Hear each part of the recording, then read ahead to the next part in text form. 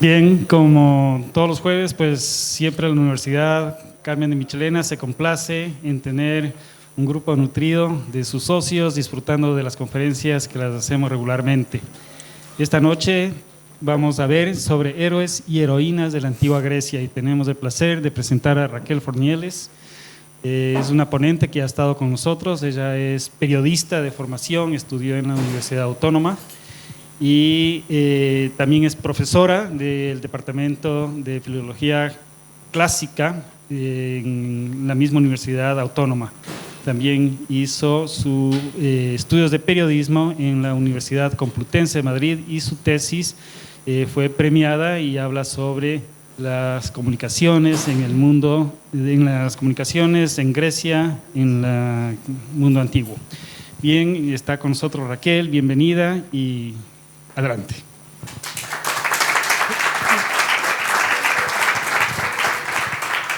Bueno, pues muchísimas gracias.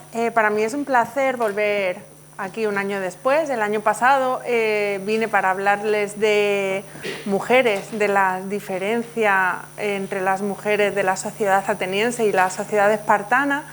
Y hoy pues voy a hablarles de un tema un poco diferente, aunque como verán al final de la presentación y como ven en el título, también voy a hablar un poquito de mujeres, de heroínas. Pero en principio me gustaría hacerles hoy una pequeña presentación sobre el concepto de héroe, sobre cómo eran los héroes en el imaginario de los antiguos griegos. Bueno, muchísimas gracias y si en algún momento me quieren detener para preguntar cualquier cosa, adelante, y si no, pues al final tendremos un ratito para conversar. Allá voy. Bueno, verán que mi presentación va a estar llena de cuadros, imágenes y de referencias a los héroes a los que voy a ir mencionando. Aquí tenemos a Aquiles y a Pentesilea, hablaremos ahora de Aquiles también. Bueno, pues para empezar les diré que el término héroe, esto es una cosa muy técnica, prometo no meter nada más que griego en este momento, pero para que lo vean, para que vean de dónde procede nuestro término héroe, viene de la palabra griega heros, que podía aplicarse tanto a hombres como a mujeres que tenían una condición ilustre. Posteriormente el concepto ha ido evolucionando muchísimo y ha traspasado los límites de la propia mitología, configurando una serie de arquetipos que incluso a algunos les van a resultar familiares. Cuando pensamos en héroes, yo por lo menos pienso en héroes mitológicos casi siempre, pero también pienso en otro tipo de héroes, en héroes literarios y cómo no, pienso también en héroes en un sentido genérico.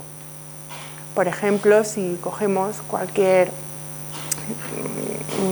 titular de periódico, bueno, este es un poco anterior, pero mismamente con las personas que participaron en el incendio, en la ayuda, en el rescate, en el intento de rescate del incendio de Valencia la semana pasada, pues tenemos bomberos, o sea, siempre tenemos estas referencias de héroes de todo un país. En este caso era una noticia de los mineros que sacaron a Julen, el niño que desapareció, que cayó. Bueno, pues los héroes de todo un país se configuran como tales. Por ejemplo, también pongo siempre que hablo de héroes esta imagen que me hace mucha gracia desde que la vi en una campaña, en una maratón de donación de sangre que tuvo lugar hace unos años, y me hacía mucha gracia, ¿no? Porque es como el concepto de héroe que saca ese héroe que todos llevamos dentro, o sea que el concepto de héroe no nos remite solamente a la mitología o a la literatura, sino que lo tenemos también presente en la actualidad. Si me detengo en el concepto de héroe griego, pues les voy a presentar primero la definición de Kál Kerenyi, que fue un erudito húngaro considerado como uno de los padres de los estudios modernos sobre mitología y que dedicó un tratado entero interesantísimo a la figura de los héroes griegos. Kerenyi define el hombre griego así, el héroe griego así, dice, es una persona que recibe un culto, pero no es una divinidad. tampoco es un ser humano, o mejor dicho, ya no es un ser humano. Ahora veremos por qué. Ha sido un hombre o una mujer. Tras haber vivido, ha sufrido una muerte heroizadora. También veremos esto a continuación, que le ha conferido un estatus como figura religiosa, activa tanto en el culto como en el mito. Por eso los hombres actuales pueden solicitar su ayuda o intentar conjurar su cólera. Se dirigen a él, le invocan y en último lugar, aunque no menos importante, cantan sus altas proezas. Y esto lo vamos a ver también porque fundamental en el imaginario de los griegos.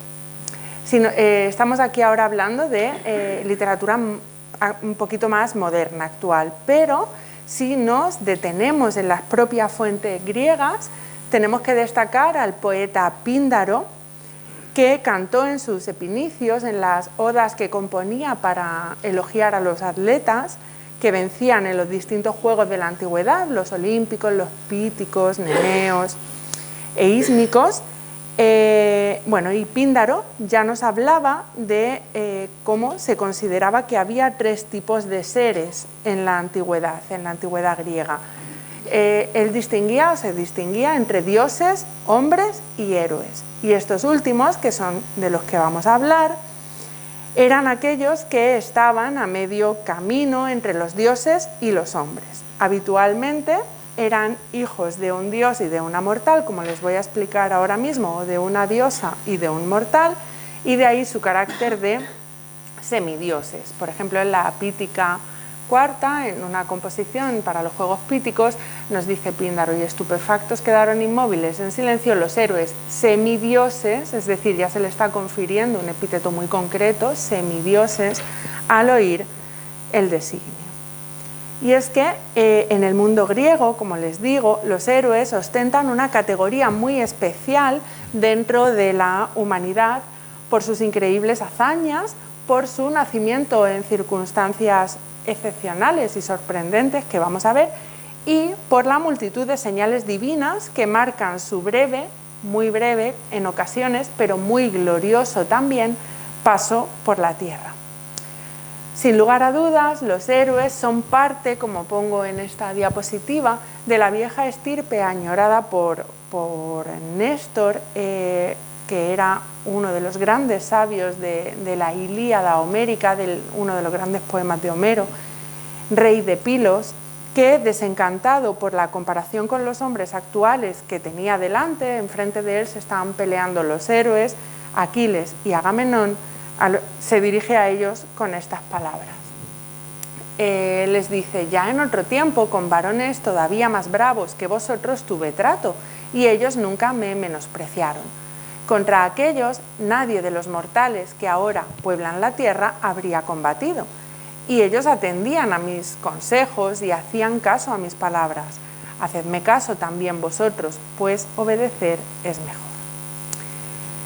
Los héroes griegos provienen de ese pasado memorable y conforman la materia con la que se fabrican las leyendas y los grandes ciclos de la mitología griega. No sé cómo estamos de mitología griega, pero a poquito que sepamos nos suenan grandes nombres de mitología seguro, y todos ellos son grandes héroes. Nos van a sonar sus nombres a medida que los vayamos mencionando.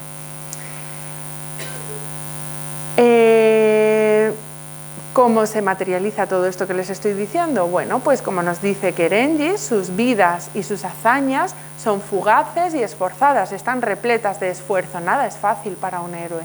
Ellos también tienen que esforzarse muchísimo. Sus vidas y su trayectoria está marcada por el honor, la gloria y la tragedia. Pasan por este mundo viviendo rápido, muriendo muy jóvenes, algunos en circunstancias muy penosas, como Ayante, que enloquecido se suicida clavándose su propia espada, y dejando viven rápido, mueren jóvenes, como les digo, y dejan a sus espaldas, dejan tras de sí la estela imborrable de sus hechos, que son recordados por todas las generaciones de hombres. Digamos que sobre todo los héroes de los poemas homéricos no luchan Luchan por ganar, evidentemente, porque luchan por ganar, van a la guerra de Troya por ganar, pero su gran objetivo en la vida es obtener la kleos, la fama, lo que llamamos en griego la kleos, que es la fama imperecedera para que todo el mundo a lo largo de generación tras generación su nombre y sus hazañas vayan en boca de todo el mundo y siglos después se siga hablando de ellos. Y esto es una preciosidad en toda la literatura griega, la verdad. Bueno, pues así, con estos rasgos que les acabo de mencionar muy rápidamente y en los que me voy a centrar ahora con un poquito más de detalle, así son sobre todo los grandes guerreros griegos y troyanos que participaron en la guerra de Troya, también valientes héroes de Tebas, la ciudad de las 7 puertas. Son hombres que se rigen por un código marcado por el honor, que les impulsa, como les digo, a buscar la gloria imperecedera y que la van a conseguir por medio de gestas casi sobrehumanas. Aquí pongo épica y tragedia porque, como pueden imaginarse, los héroes son la materia prima ideal para crear los grandes poemas épicos, las grandes composiciones épicas.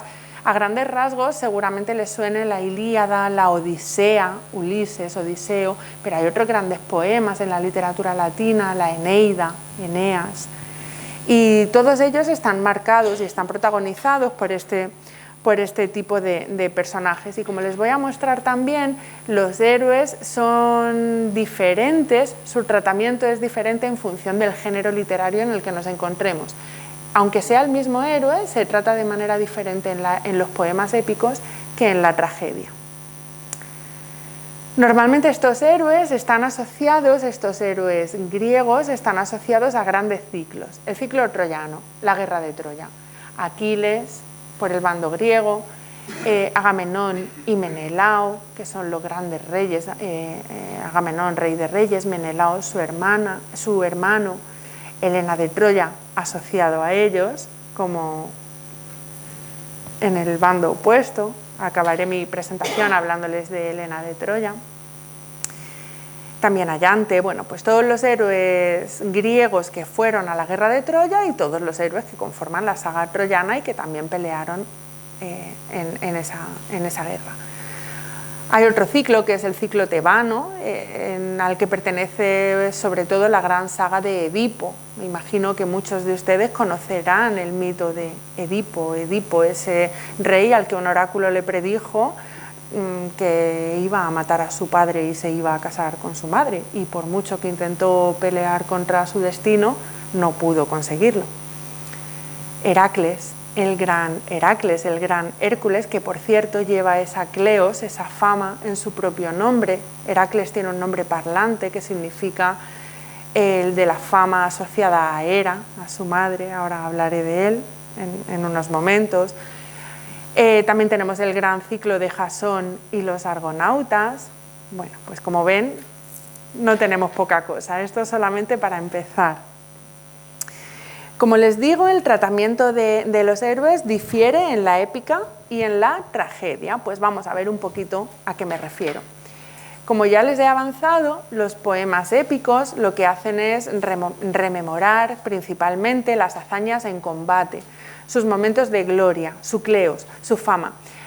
En realidad acabo de decir una pequeña mentirijilla, porque la Odisea no va sobre la guerra, aunque deriva de la guerra. La Odisea, el segundo gran poema homérico, va sobre Odiseo y sobre su viaje de regreso a su patria. Ahora en un momentito hablaremos de él también, pero bueno, él también persigue su kleos, su fama, y su propio hijo persigue esta fama también en el poema. Está todo muy relacionado. Pero el gran poema de la épica relacionado con el combate es, por supuestísimo, la Ilíada, que es un poema de guerra. Aquí tenemos una escena de guerra en la que Odiseo le está cortando directamente la garganta a un guerrero tracio, y esto es lo que tenemos en la Ilíada.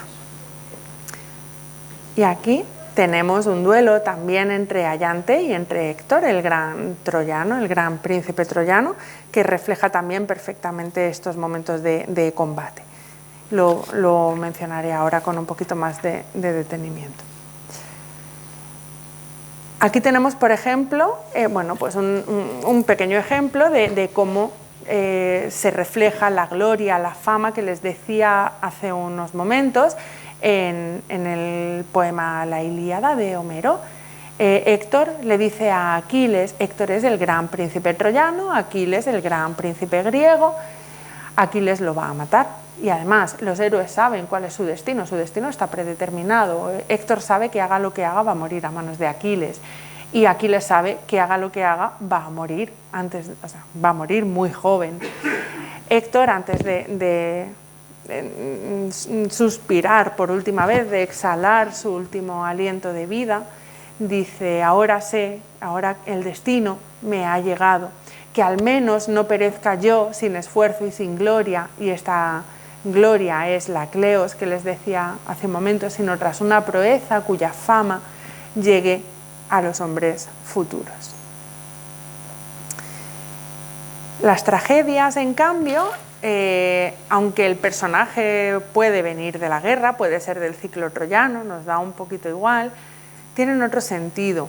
Las tragedias lo que representan es el sufrimiento del héroe, más que la fama, más que el querer sobresalir entre los demás, el que se rememore de generación en generación su nombre y sus proezas, tratan sobre el sufrimiento humano, sobre el sufrimiento del héroe, lo que en términos teatrales, de teatro griego, llamamos el pathos dramático, el sufrimiento como ansiedad que generan determinadas escenas.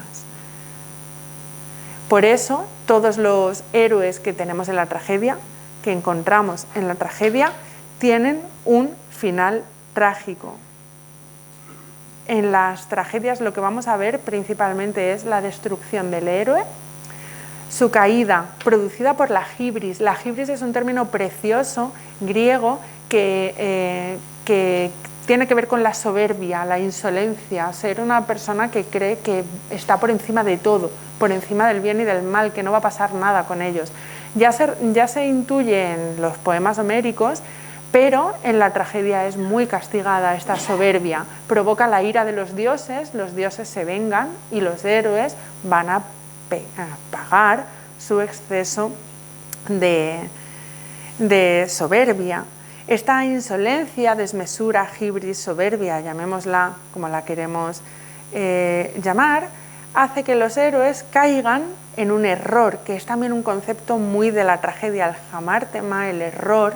Caen en un error que a veces es involuntario, la mayoría de las veces es involuntario. Edipo no quiere matar a su padre y casarse con su madre, lo hace involuntariamente, no puede escapar a su destino o decretado por el propio destino, como le ocurre pues eso a Edipo en el Edipo Rey de Sófocles.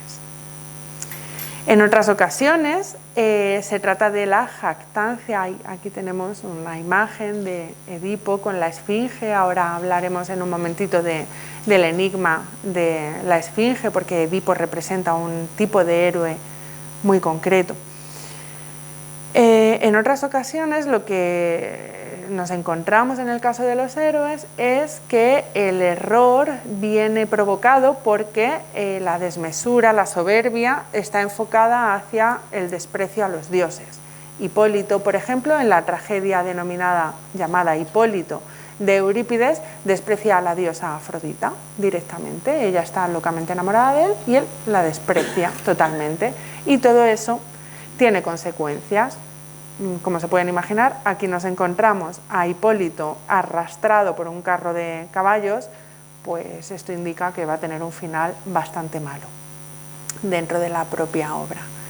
Y aquí les pongo también este cuadro que me encanta de Alma Tadema, que refleja pues eso, ya el final del héroe a punto de morir, arrastrado, sufriendo, castigado por haberse atrevido a desafiar a un dios, a no sucumbir a los deseos de una diosa en este caso. Bien, Agamenón Edipo, Hipólito, Heracles, ya han ido saliendo bastantes nombres en los que me centraré a continuación, y muchos de ellos son puestos en escena por los grandes dramaturgos como modelo, pero no como modelo para mostrar algo grande, sino como modelo para mostrar la debilidad de la condición humana, de la propia condición humana. La debilidad y al mismo tiempo la grandeza, porque intentan mostrar que bueno, pues que también en cometer errores está la grandeza del ser humano. Y aquí quiero llamar la atención sobre un hecho muy importante, y es que tenemos que tener en cuenta que al teatro ateniense, acudía el ciudadano ateniense, porque el teatro era entendido como una especie de educación moral, política e incluso sentimental para el público. Y en este sentido, el héroe a veces era una especie de espejo al que en ocasiones se le llega a rendir incluso culto. Es curioso, es muy curioso, lo que pasa es que esto daría para otra conferencia, que también el tratamiento de los héroes y de los propios personajes varían en función de qué autor nos encontremos. Por ejemplo, Sófocles nos presenta a un héroe pues más solitario, en soledad, que se enfrenta a los dioses, y Eurípides nos presenta unos héroes muy humanos, muy humanizados, viviendo cosas de la vida cotidiana, escenas de casa, escenas de matrimonio, problemas de loicos de la casa donde habitaban ellos, mientras que Sófocles, por ejemplo, eso no nos lo presentaría. Bueno, pues cuento todo esto para remarcar que el héroe pertenece al mismo tiempo a la esfera del mito, a la esfera de la literatura, pero también a la esfera de la religión. ¿Y por qué remarco esto? Pues porque algunas veces eran héroes locales, otras eran héroes panhelénicos, es decir, se les rendía culto en toda Grecia. Por ejemplo, Heracles, a pesar de que tiene un carácter, a pesar de ser dorio, de origen dorio, tiene un carácter menos local, pero Teseo, del que hablaré también ahora, se configura simplemente como el gran héroe de Atenas, era el símbolo de la civilización de Atenas, solamente Atenas. Y de él incluso se cuenta, como nos dice Plutarco, el gran biógrafo, en sus vidas paralelas, nos lo dice en este pequeño pasajito, que se apareció a los grandes héroes de la batalla de Maratón, a los grandes guerreros, para ayudar a los atenienses a vencer a los persas en esta grandísima batalla que marcó el curso de la historia totalmente. Nos dice Plutarco, más adelante, entre otras cosas que movieron a los atenienses a venerar a Teseo como un héroe, concurrió el que a muchos de los que en Maratón pelearon contra los medos son los persas, les pareció que veían la sombra de Teseo que, armada delante de ellos, perseguía a los bárbaros. Y el término bárbaro también está relacionado directamente con los persas. Bueno, pues vamos a comentar algunos rasgos distintivos del héroe griego. Y aquí pongo una imagen de una vasija que me encanta porque muestra un lado como un poco más ameno, más humano. Son Ayante y Aquiles en un momento de relax que están jugando a los dados, que los héroes también tenían su momento de no estar siempre pensando en luchar. Bueno, pues vamos a ver algunos de esos rasgos. Para empezar, como pongo aquí como primer punto, la singularidad, que los héroes suelen tener habilidades extraordinarias. ¿A qué me refiero con esto? Pues ya desde su nacimiento, casi la gran mayoría, y si no desde su nacimiento, desde sus primeros pasos, desde su infancia, suelen mostrar unas habilidades extraordinarias. Pueden ser habilidades extraordinarias intelectuales, como ocurre en el caso de Edipo, que es el héroe que refleja la inteligencia. No sé si les suena el enigma de la Esfinge. ¿Recuerdan el enigma de la Esfinge al que se tuvo que enfrentar, ¿no? Que decía, le reta, ¿cuál es el único animal, el único ser, decía, no animal, ser, y esto es importante, sobre todo por el griego. ¿Cuál es el único ser con una sola voz, que camina a 4 patas por la mañana, que camina sobre 2 patas a mediodía y que camina sobre 3 patas por la noche?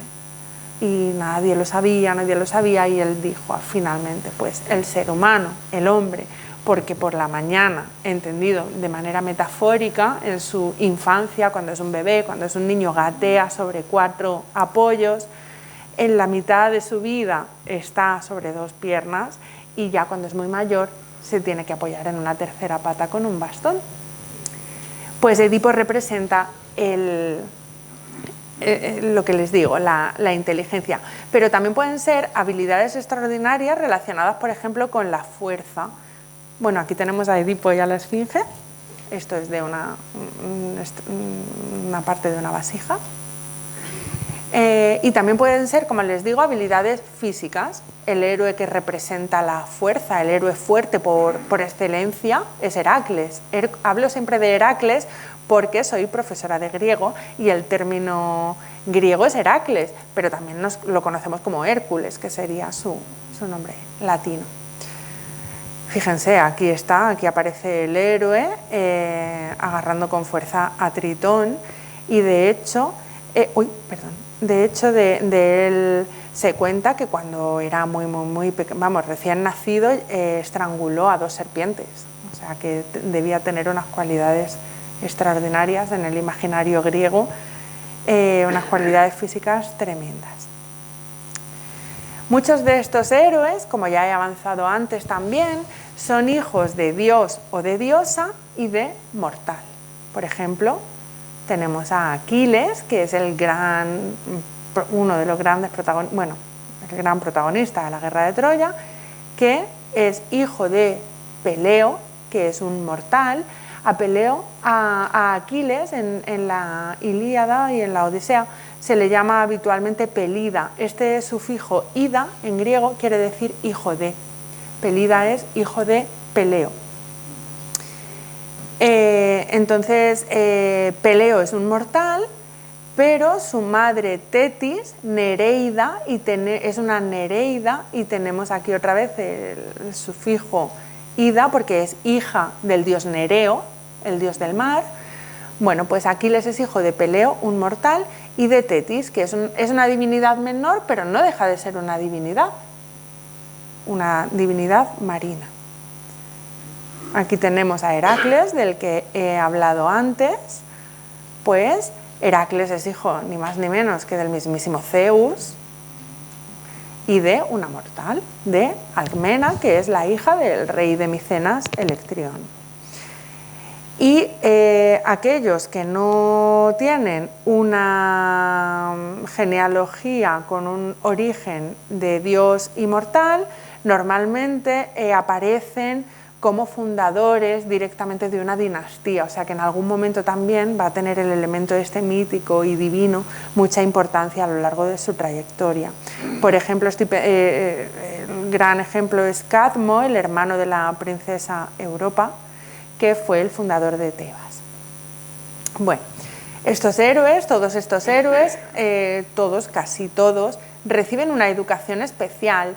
Y aquí, por ejemplo, les muestro imágenes del centauro Quirón, que, según nos cuentan los mitos, se encargó directamente de la educación de Aquiles, también se encargó de la educación de Heracles, los centauros. Bueno, Jasón también estuvo en manos de Quirón, o sea que reciben una educación especial, son como entrenados un poco en cierto modo para ser héroes.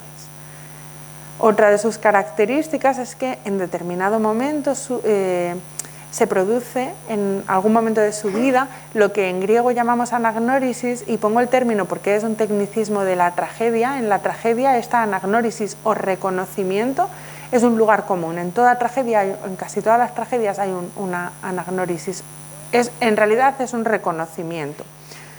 ¿A qué me refiero con esto? Bueno, pues el héroe, cuando llega a su adolescencia, ya ha pasado el peor momento de su etapa, de ser un niño, un nepios, un niño,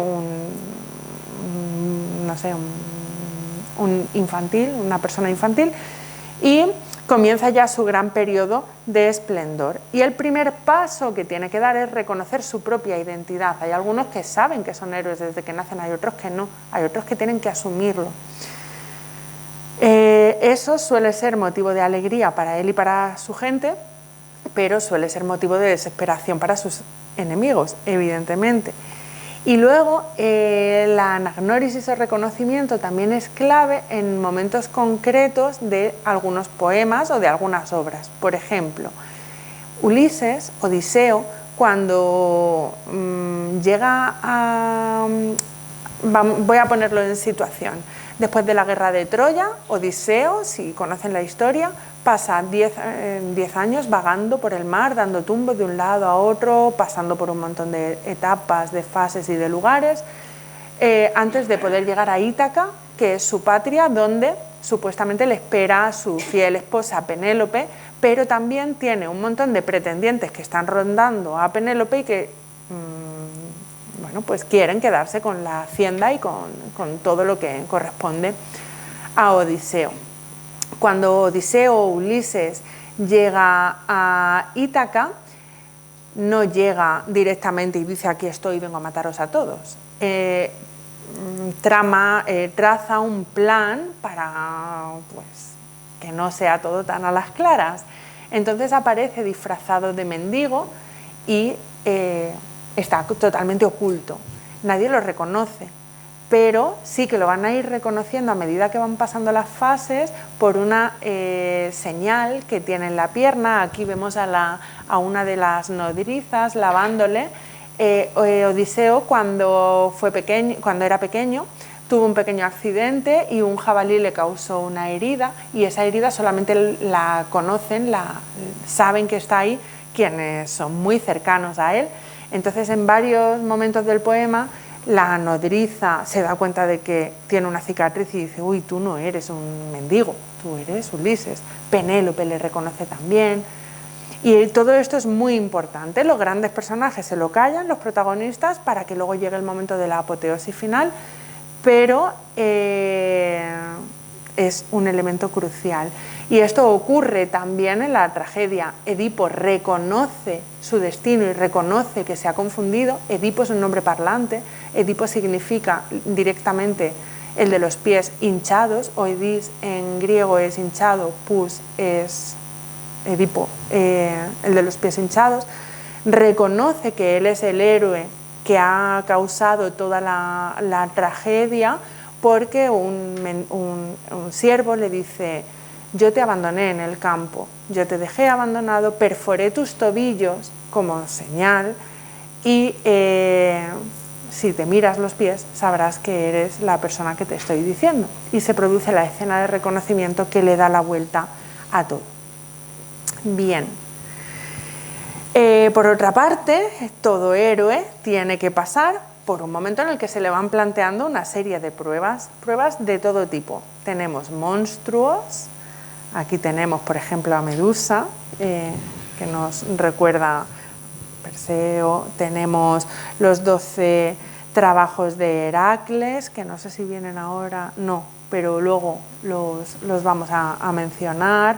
Tenemos los 12 trabajos de Heracles, los 6 trabajos iniciales que tiene que pasar también Teseo, el reto de la conquista del vellocino de oro por parte de Jasón, la matanza de Medusa. Bueno, a veces este monstruo atenta contra toda la ciudad, como el caso de la Esfinge, que en realidad amenazaba a toda la ciudad en conjunto, y otras veces pues no, solamente amenaza al héroe.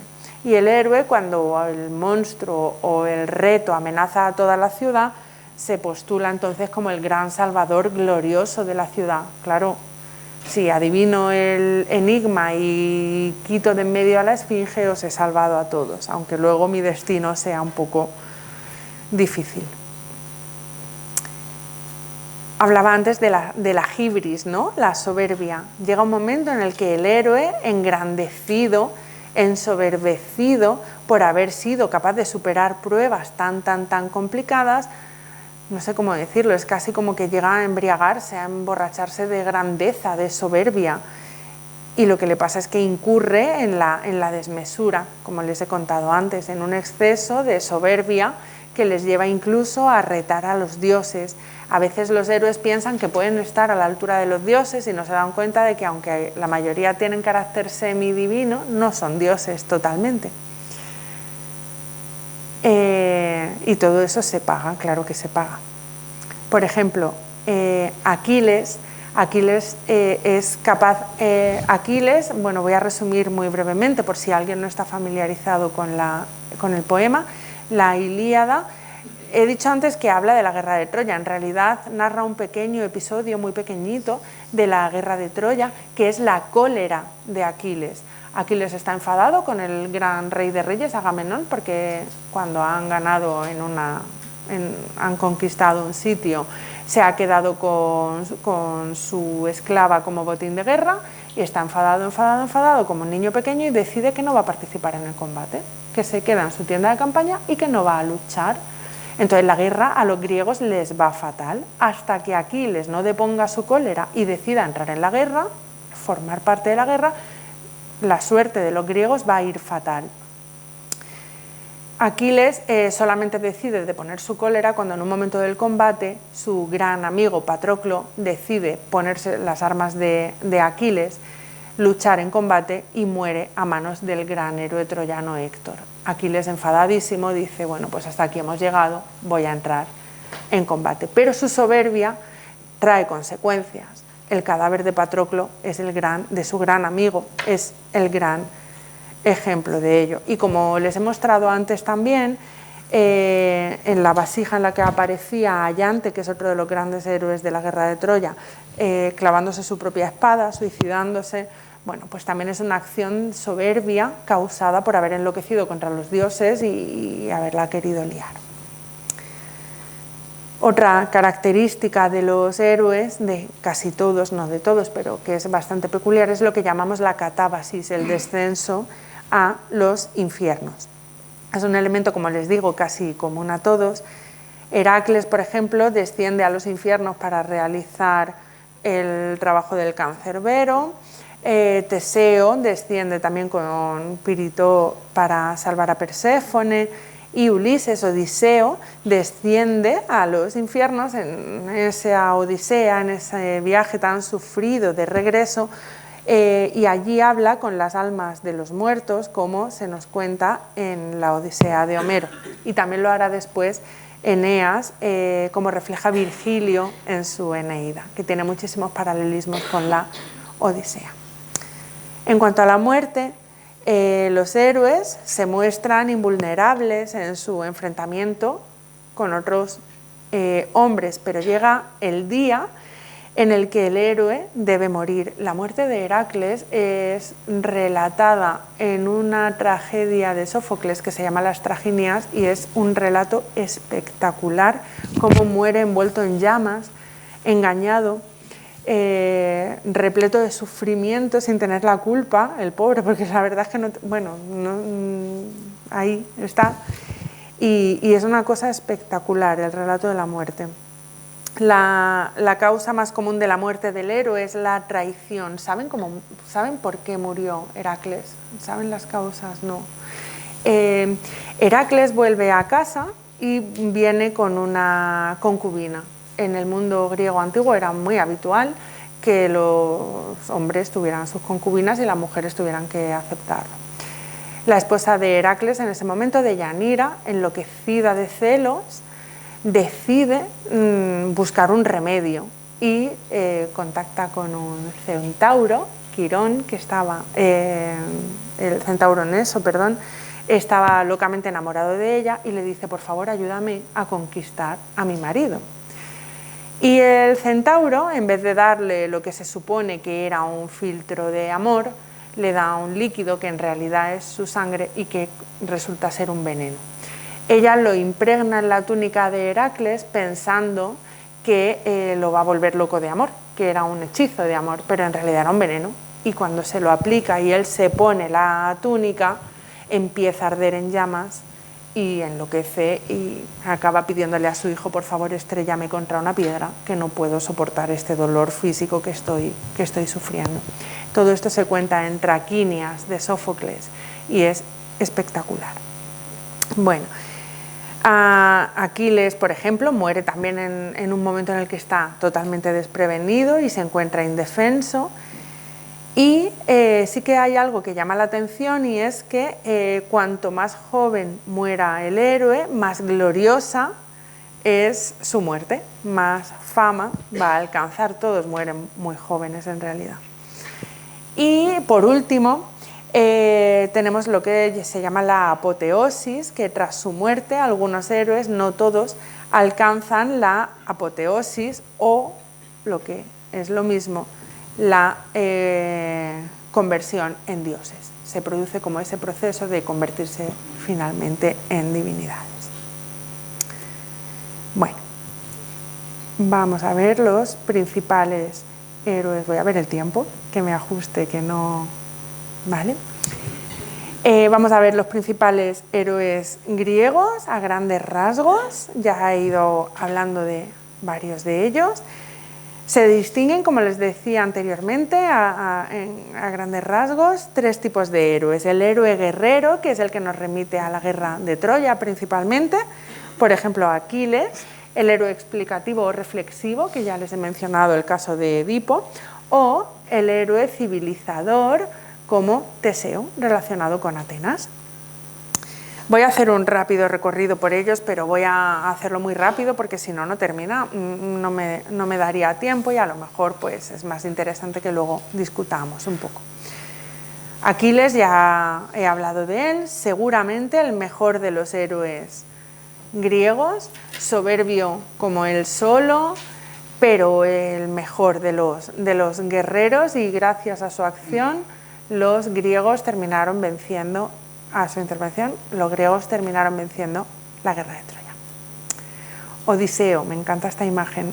Odiseo, fecundo en ardides. Fecundo en ardides es un epíteto que le atribuye Homero en los poemas, se atribuye en los poemas homéricos, y es como el héroe pensante, está siempre dándole vueltas a la cabeza y buscando recursos. Odiseo es el que trama toda la historia del caballo de Troya. Recuerdan, no se nos cuenta en la Ilíada, se nos cuenta en la Odisea, como él ideó que se metieran los héroes dentro de un caballo de madera y que sorprendieran a los griegos por la noche, a los troyanos por la noche, salieran de allí pensando que los troyanos iban a recibirlo como si fuese un regalo para ellos, un regalo maravilloso, y en realidad era una trampa brutal, y todo esto lo ideó Odiseo.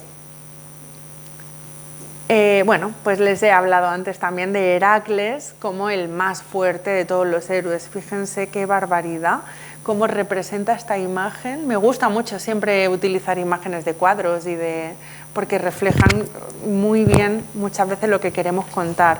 Fíjense cómo refleja este cuadro de Zurbarán el abrazo de Heracles con el león de Nemea, ese cuerpo, esa fuerza, ¿no? Creo que refleja muy bien lo que significaba Heracles en el mundo griego al final. Bueno, pues Heracles era célebre por su fuerza, se le consideraba valiente, se le consideraba un tío bonachón, con buen corazón, buena gente, aunque es curioso cómo en la comedia griega, por ejemplo, se le representa como un tipo glotón. Bueno, aquí pongo fuerte, valiente, con un gran corazón, pero en la comedia se le representa como glotón y como un poco tonto, un poco cortito de entendederas, ¿no? Les pongo aquí un pasaje de Aristófanes en su comedia Los pájaros, que es una maravilla de obra. El contexto de esta comedia es curioso. En plena guerra del Peloponeso, dos atenienses, Pistetero y Evélpides, que son dos amigos, están cansados de una horrible situación que se está viviendo en Atenas, marcada por acusaciones, un contexto horrible de guerra, pero sobre todo de chivatazos, de acusaciones, de juicios, y lo están pasando fatal, y deciden irse a buscar un lugar utópico, un lugar por ahí perdido, para fundar una ciudad imaginaria entre el cielo y la tierra donde vivir de maravilla. Los dioses se enfadan porque, claro, si hay una nueva ciudad entre ellos y los humanos, cuando los hombres hagan sus sacrificios a ellos ya no les van a llegar los humos, y deciden enviar una embajada encabezada por Poseidón, por uno de los grandes dioses, y por Heracles. Pero claro, Heracles no es muy espabilado para Aristófanes, entonces mandan a Poseidón y a Heracles para que negocien con los protagonistas, con Pistetero y con Evelpides.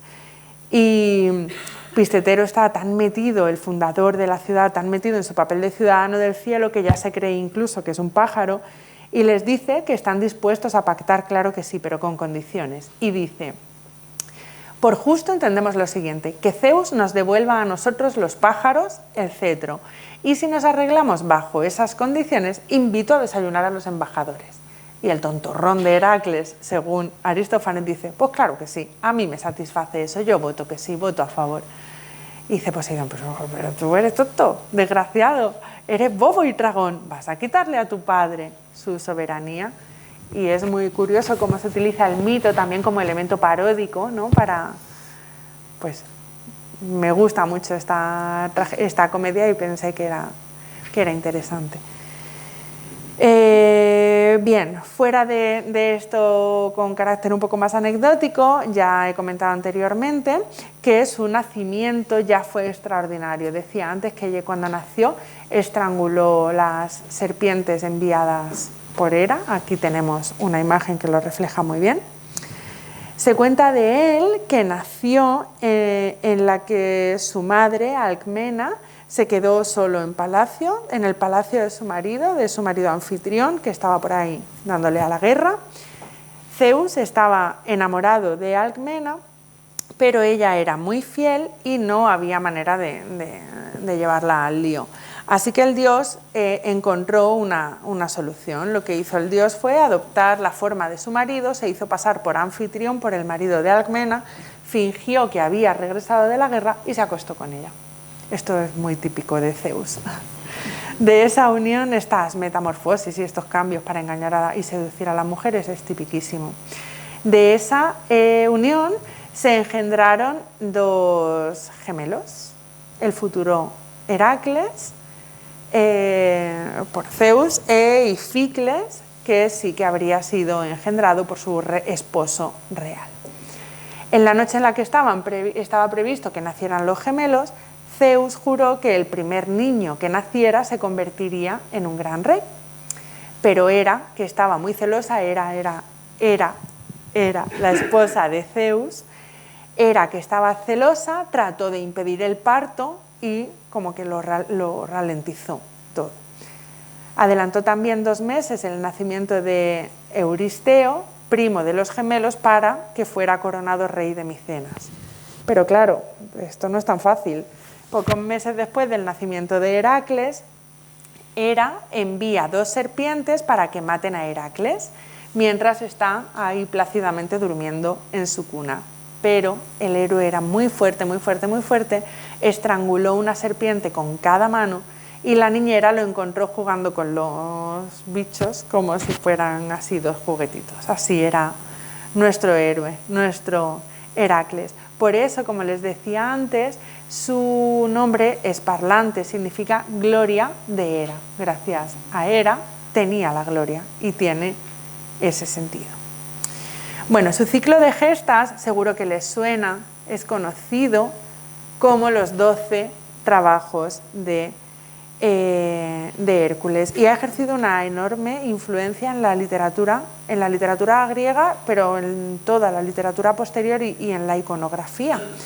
El número 12 no es casual, sino que simboliza la ficción, el ciclo mítico completo de un héroe. Y la explicación mitológica de los 12 trabajos de Heracles es la siguiente. En un ataque de locura provocado por Hera, otra vez, Heracles mató a su mujer, a una de sus mujeres, a Mégara, a sus hijos y a 2 de sus sobrinos con sus propias manos. Cuando Heracles recupera la cordura, se aísla y se va a vivir en soledad a tierras salvajes, y su hermano gemelo Ificles, que les he dicho anteriormente, lo encuentra y lo convence de que se vaya a consultar al oráculo de Delfos. Los oráculos eran importantísimos en el mundo griego. Allí la sibila délfica le encomendó que cumpliera 12 trabajos, los que impusiera Euristeo, que era el hombre que les acabo de decir hace un momento que había usurpado su legítimo derecho a la corona y que estaba enfrentadísimo con él. Los voy a enumerar simplemente porque si no, no me va a dar tiempo, pero bueno, aquí los tenemos. Aquí es un mosaico con los 12 trabajos de Heracles que está en el Museo Arqueológico Nacional, que es precioso.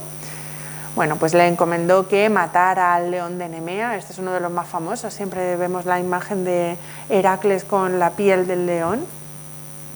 Matar a la hidra de Lerna, capturar a la cierva de Cerinea, capturar al jabalí de Erimanto, como ven, cosas facilísimas, capturar a un jabalí que estaba enloquecido, limpiar los establos del rey Augias en un día, que como ven ahí está todo lleno de agua, es lleno de corrientes, porque lo que hace él es desviar el curso de un río para conseguirlo, además también le da un poco al coco, matar a los pájaros del Estínfalo, capturar al toro de Creta, robar las yeguas de Diomedes, robar el cinturón de Hipólita, Hipólita es una de las amazonas, robar el ganado de Gerión, robar las manzanas del jardín de las Hespérides, madre mía, y capturar a Cerbero, al Can de 3 cabezas, ¿no? Al Can Cerbero. Bien, paso rápidamente a Jasón. ¿Voy bien de tiempo? Sí, sí. Me estoy alargando mucho, me paráis cuando lo necesitéis, ¿eh? Vale, perfecto, estupendo. Jasón es un héroe aventurero, pero es una figura ambivalente en la mitología griega. Por una parte es como el valiente cabecilla de los argonautas que protagonizó la búsqueda de un tesoro de leyenda, el vellocino de oro. Por otro lado, es un personaje traicionero, cruel, y creo que esta es la versión que conocemos casi todos, que más les sonará seguramente.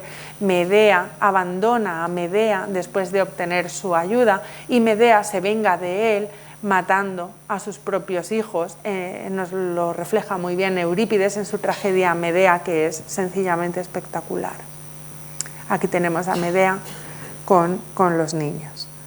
La vertiente positiva nos la cuenta Apolonio de Rodas en sus Argonáuticas, y la negativa, como les decía, nos la cuenta Eurípides de forma magistral en su Medea, y es seguramente la que más recordamos.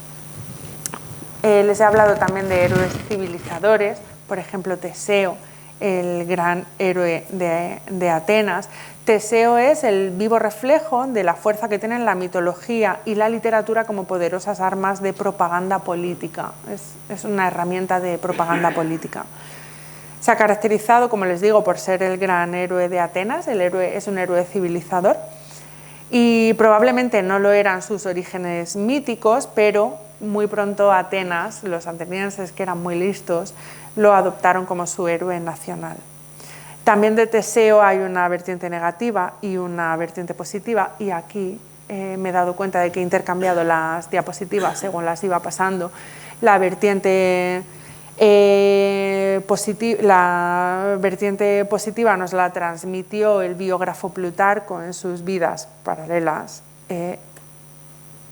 y nos la transmitió también Apolodoro en la Biblioteca Mitológica.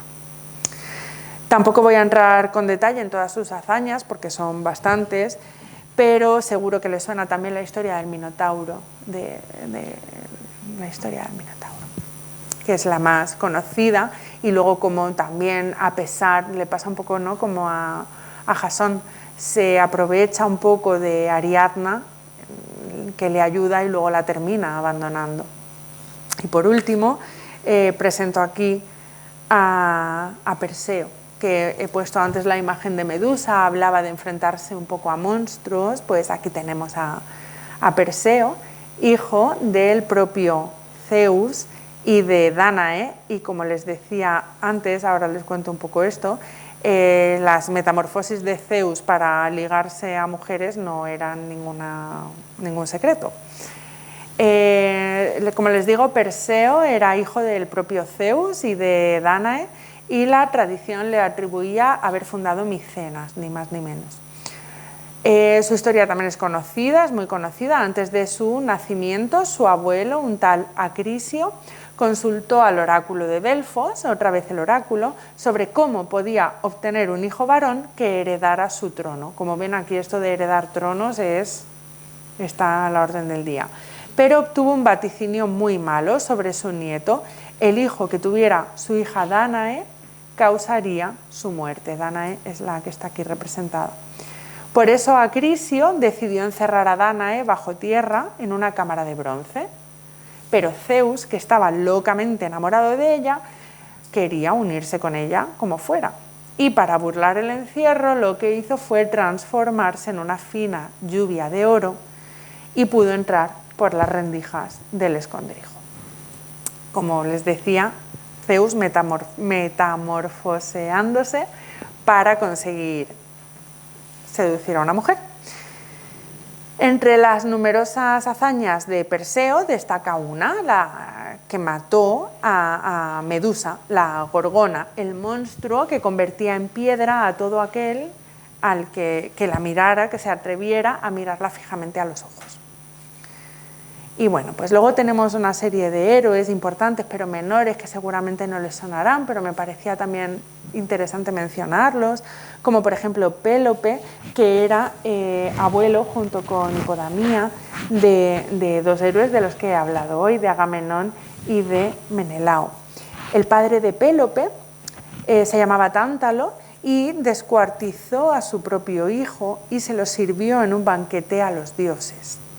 Deméter, muy afligida, muy enfadada, se comió el hombro izquierdo, pero el resto de dioses se dieron cuenta y no lo probaron. Pero decidieron devolverle la vida y restablecerle el trocito de hombro con un trozo de marfil. Cuando era adulto, Pélope quiso casarse con Hipodamía en Olimpia, pero otra vez intervino el oráculo, y un oráculo había vaticinado al padre de Hipodamía que moriría a manos de su yerno, con lo cual, claro, el padre no quería que su hija se casara. El padre se llamaba Enómao. Enómao ya había matado a 30 pretendientes de su hija tras vencerlos en una carrera de carros, por eso la imagen de los carros. Y la historia es muy larga, pero como pueden imaginarse, Pélope terminaría venciendo en este reto y pudo casarse con la chica, con Hipodamía. Además hubo un auriga que le ayudó a vencer, que estaba enamorado de la chica, de Hipodamía, maldijo a Pélope y esta maldición se cumplió y sacudió a generaciones posteriores. La maldición de toda la saga está muy presente, empezando por Atreo, que es el hijo de Pélope, y por los nietos, Agamenón y Menelao, está muy presente en toda la literatura griega. Como les digo, hay muchísimos héroes, pero no podemos detenernos en todos ellos. Aquí les cito simplemente Belerofonte, el jinete de Pegaso, Orfeo, el vengativo Alcmeón. ¿Y qué ocurre con las mujeres? Había heroínas, pues no han sido tan representadas en la literatura griega como nos gustaría, o no con esa imagen de heroínas, pero por supuesto que había muchas mujeres importantes. Seguro que les suena el mito de Pandora. Como les digo aquí, en los mitos, desde el principio, se advierte el protagonismo de la mujer, no siempre en sentido positivo. Aquí aparece Pandora con una caja. Pandora fue la primera mujer fabricada por Hefesto, el dios del fuego, por orden de Zeus, después de que Prometeo le entregara el fuego a los humanos, a la humanidad. Lo que cuenta la versión más común del mito es que Pandora fue responsable de abrir una caja que le entregaron los dioses que contenía todos los males del mundo. Ella la abrió y claro, pues por eso hay tantos males que aquejan a la humanidad. Lo último que queda en la caja antes de que ella la cierre es la esperanza. De ahí que se diga siempre que la esperanza es lo último que se pierde. Esta es Pandora, pero bueno, tenemos muchísimas mujeres. Aquí les presento a Fedra en el Hipólito de Eurípides, que les contaba anteriormente. Está enloquecida de amor también por Hipólito. Son mujeres muy atractivas para los poetas, muy protagonistas, aunque a veces parezca que no. Fedra enloquece de amor por Hipólito, como les digo, y deja escrita una tablilla mintiendo, acusándole de haberla violado, y se lía una muy grande. También tenemos mujeres muy virtuosas. Alcestis era una mujer que se prestó a morir en lugar de su marido, Admeto. Tenemos a la fiel Penélope, que esperó casi 20 años el regreso a Ítaca de su marido, porque Odiseo estuvo 10 años vagando por los mares, pero había estado otros 10 en la guerra de Troya. Estuvo casi 20 años esperando sin casarse. Aquí ven el telar, seguro que les recuerdan la historia, ¿no? Ella dijo: yo me casaré con alguno de los pretendientes cuando termine de tejer este sudario para Laertes, para el anciano Laertes, y ella lo que hacía era que se pasaba el día tejiendo y por la noche lo destejía. Entonces, claro, el trabajo nunca terminaba, iba alargando la faena para poder alargar el momento de enfrentarse a poderse casar con otro. Tenemos mujeres peligrosas en la Odisea. Aquí tenemos a Circe, bueno, Calipso, una ninfa que retiene a Odiseo y no le quiere dejar marchar. Aquí tenemos a Circe, que convierte a los compañeros de Ulises en cerdos. Este pasaje es muy conocido. Odiseo también soporta los cantos de las sirenas. Me encanta este cuadro, Ulises y las sirenas, de Waterhouse, que muestra muy bien cómo las sirenas en el mundo griego no eran concebidas como las concebimos nosotros, sino que eran como una especie de ser alado, horrible, como que representan casi un poco de muerte, ¿no? Son horrorosas.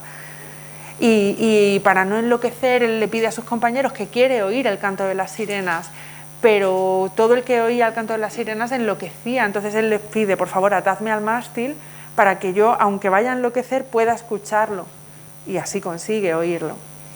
Aquí tenemos a Deyanira, les decía antes, Deyanira, la del filtro de amor, supuesto filtro de amor para Heracles, la esposa de Heracles, que no era un filtro de amor. Deyanira, cuando se da cuenta de la que ha liado, decide suicidarse porque no lo puede soportar.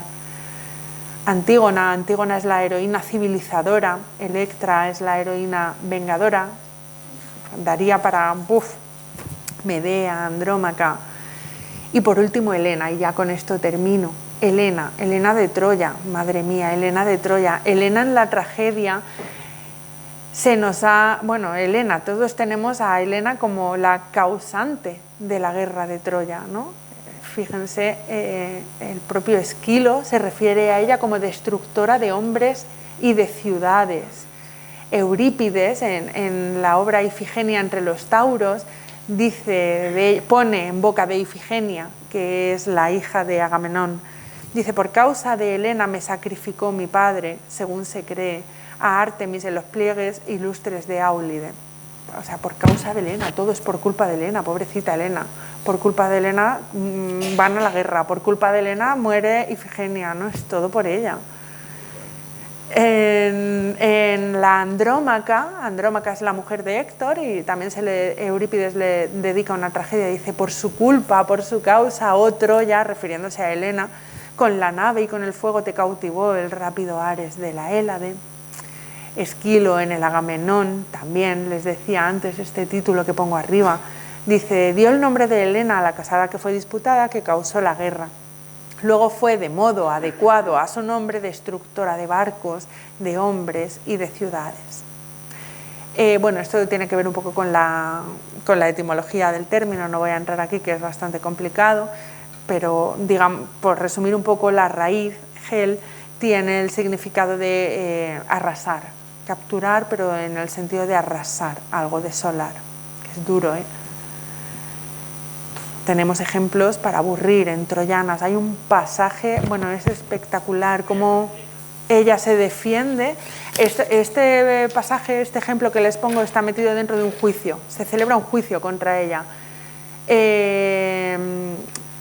Menelao es su marido, Y Hécuba dice: te alabo, Menelao, si piensas matar a tu esposa, mas rehúye su mirada, no vaya a ser que venza el deseo. Ella arrebata las miradas de los hombres, destruye las ciudades, prende fuego a las casas.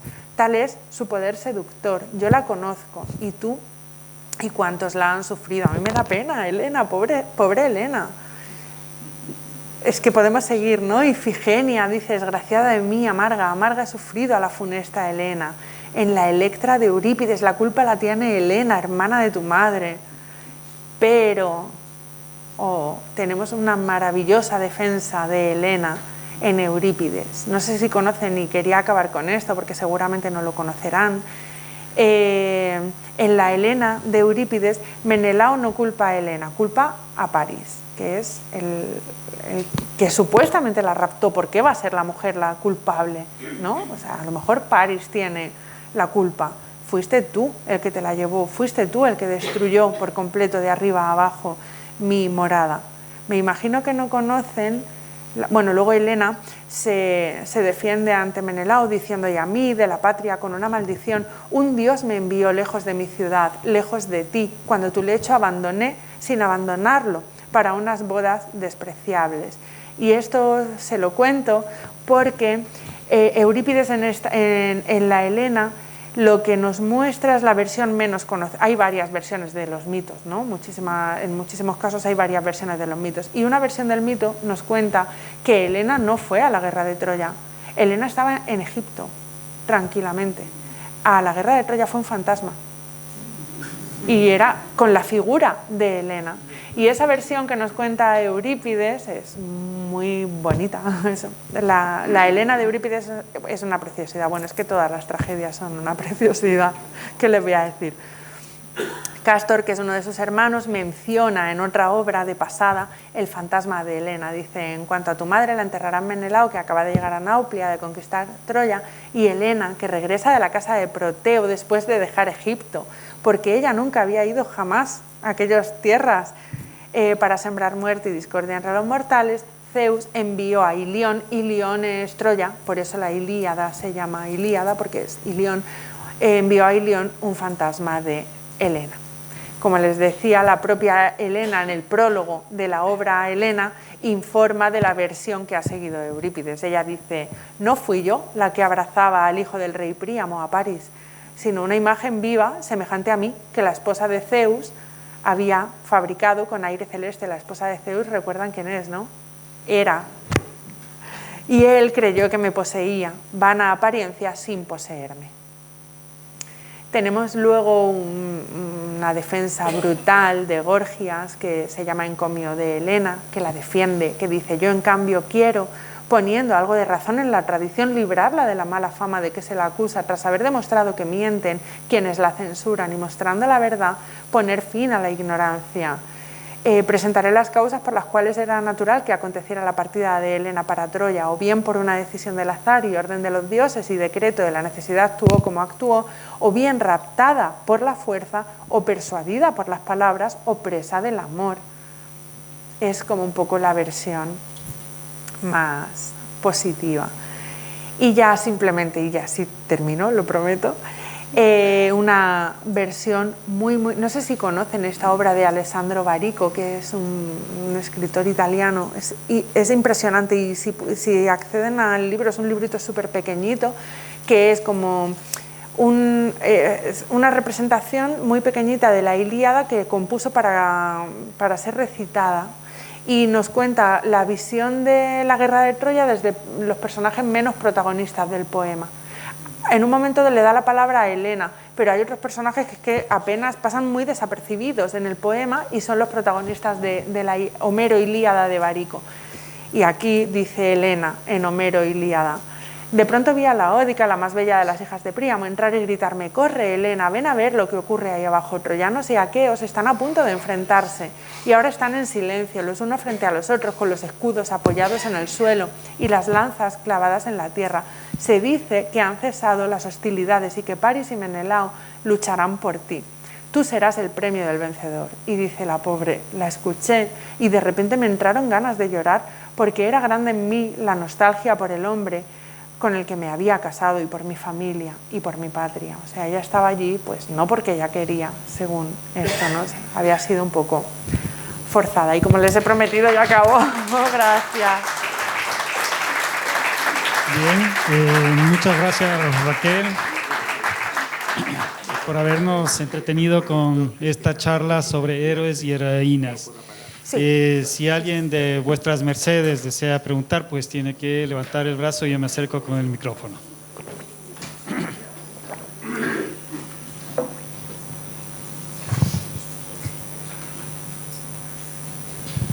Bueno, muchas gracias.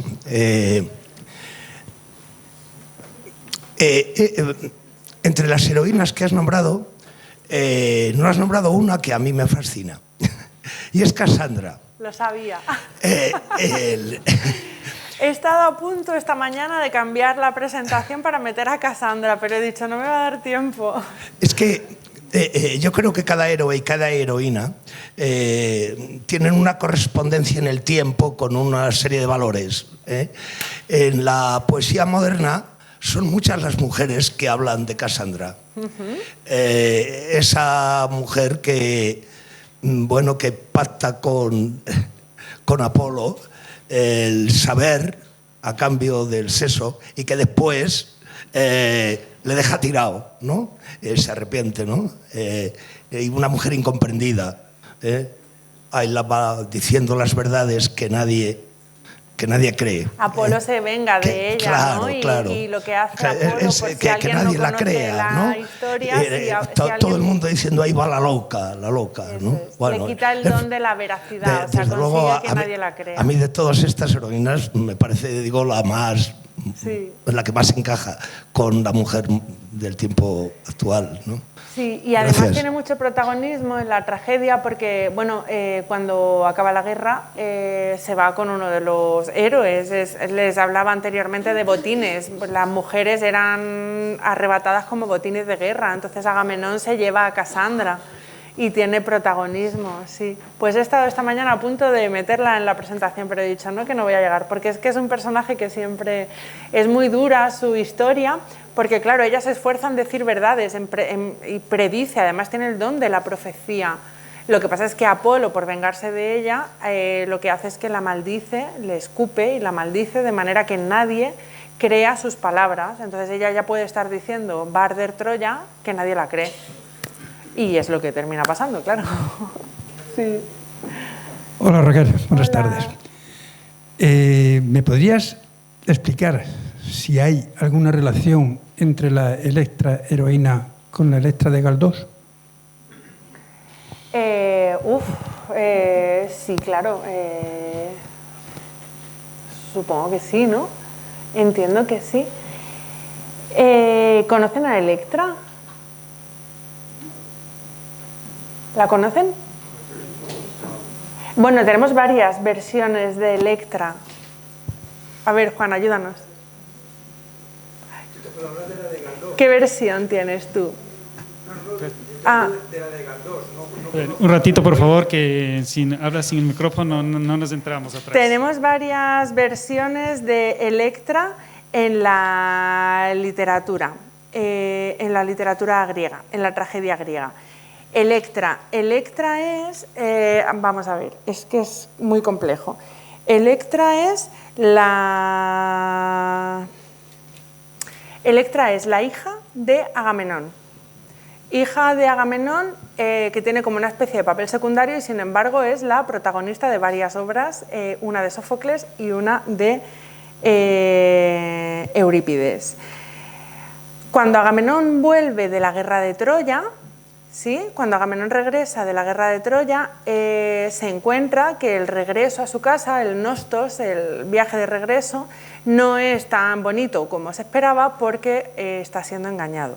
Su mujer le recibe en casa con un amante, Egisto. Entonces, hay un oráculo que dice al hermano de Electra, a Orestes, que se llama, que tiene que vengar la muerte de su... O sea, bueno, a ver, creo que se lo estoy intentando hacer sencillo, pero se lo estoy liando. Agamenón llega y se encuentra que su mujer está con un amante y lo matan a Agamenón. Según unas fuentes lo mata a ella, según otras fuentes lo mata a él, a nosotros nos da igual, el caso es que lo matan. Y un oráculo dice que los hijos, sobre todo Orestes, se tienen que vengar de esa muerte y perpetran un plan de venganza brutal. Depende de la fuente que sigamos, si seguimos la Electra de Sófocles o la Electra de Eurípides, se nos cuentan las circunstancias de una manera o de otra. Ahí tenemos el gran mito, la gran figura luego de Electra. ¿Qué papel tiene Electra en todo esto? Que ella es la que reconoce a su hermano, la que perpetra el plan de venganza, la que termina de darle la vuelta a todo, y ahí pues podemos encontrar muchísimas influencias, tanto de Sófocles como de Eurípides, en la obra de Galdós, evidentemente, sí.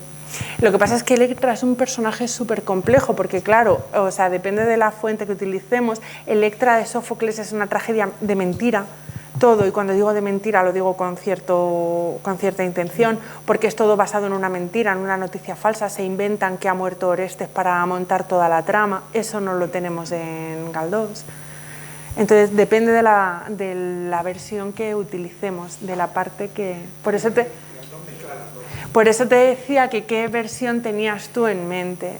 Yo veo más la influencia de Eurípides, pero sí, en cierto modo también puede haber cosas de Sófocles, claro que sí. Yo te quería preguntar sobre, has hablado de los argonautas, de Jasón, sí, el Bellocino de Oro, y yo quería preguntarte qué paralelismo hay entre el Bellocino de Oro o la inspiración que tuvieron los duques de Borgoña para luego crear... ¿Perdona? Sí, dime. Para luego crear el Toisón de Oro. Pues la verdad es que no lo sé, porque no me he acercado a eso, nunca lo he visto desde esa perspectiva. ¿Sí? No encuentro el paralelismo. Pues voy a pensarlo, porque es probable que sí, claro que sí. O sea, todas estas familias y todo esto. Sí. Pero ¿hasta qué punto, no? ¿Y qué paralelismo? No me he parado a pensarlo, la verdad.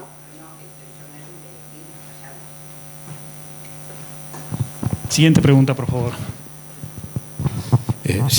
Me gustaría, por favor, que me aclarases el mito del rapto de Europa. El mito del rapto de Europa, pues básicamente Europa es la que da nombre a nuestro continente actualmente. Europa estaba tan feliz jugando en una isla con sus amigas y Zeus, que estaba perdidamente enamorado de ella, se convirtió en un toro. Sí, Zeus de todas. Estaba locamente enamorado de ella y se convirtió en un toro, llegó a la orilla en la que ella estaba jugando y bueno, pues ella se puso a acariciarle, se subió encima de él y él se la llevó y según el mito, pues la tierra en la que aterrizaron y en la que tal y ya allí pues se acostaron y todo eso, es Europa. Y además el mito está, ahora no recuerdo ahora, pero ha habido momentos en los que ha habido muchas monedas, por ejemplo, y en billetes de 20 euros, creo que era el de 20, y en monedas de 2 euros estaba representada Europa con el mito, con el toro. Sí. Zeus, como pueden ver, vamos, y se convertía en lo que hiciera falta, él no tenía ningún reparo. Los héroes buscaban cleos, ¿no es cierto? Los héroes buscaban gloria, buscaban posteridad, ¿no? Y lógicamente fama, aunque gloria es fama también, pero también gloria es honor y reconocimiento, claro, ¿no? Es como hoy hay mucha gente que es famosa, pero que no tiene reconocimiento y algunos ni honor. ¿Cuándo se perdieron estos valores griegos en la cultura occidental? Madre mía. A ver, lo que acabas de mencionar es un melón importante, porque además desde el propio punto de vista del léxico, la misma palabra designa un montón de cosas que tienen connotaciones muy complejas, muy complicadas. Kleos es la fama y es el valor y la fama y tal, pero kleos es un rumor también. es lo que podríamos entender ahora como un poco de falsa noticia, ¿no? Entonces hay un momento en el que los dos términos como que confluyen. Estoy pensando, por ejemplo, en Telémaco, el hijo de Odiseo, que sale persiguiendo la Cleos de su padre, pero no sabemos muy bien si se está refiriendo a que sale persiguiendo la fama para convertirse en famoso como él, o va buscando noticias de su padre que está por ahí vagando por el mundo. En cuanto a la posterioridad, madre mía, es que este concepto de fama, como yo lo he explicado hoy, está muy arraigado sobre todo a las épocas muy antiguas. O sea, no sé, estamos hablando pues de poemas homéricos, la sociedad homérica, el siglo V antes de Cristo ya empieza a perder, o sea, cuando ya empieza la época de Pericles y todo eso, ya se piensa en otro tipo de fama. O sea, la fama ya no es esta Cleos tan imperecedera, es más asociada a la valentía, a todo lo que tiene que ver con Andreia, que es la valentía, de donde viene Andrea, Andros, ¿no? Pues digamos que progresivamente, ahí a partir del siglo V, así diría yo que esto empieza ya a cambiar un poco. Siglo V antes de Cristo, que estamos hablando de... Sí. Pero es un concepto muy complejo y muy bonito, muy bonito este concepto. La fama que luego tienen es que cambia, es diferente, porque por ejemplo, estoy pensando en el famoso discurso fúnebre de Pericles, el gran legislador ateniense, que pronuncia un discurso muy importante en honor a los que dieron su vida por Atenas en las guerras contra los persas, y ya no se utiliza Cleos, ya se habla en otros términos, no se utiliza esta Cleos. Entonces ahí es como un punto de inflexión muy grande. Bien, de parte de la Universidad Carmen de Michelena, en manos de nuestra presidenta, queremos hacerte la entrega de un pequeño detalle. Gracias. Qué bien. Muchas gracias.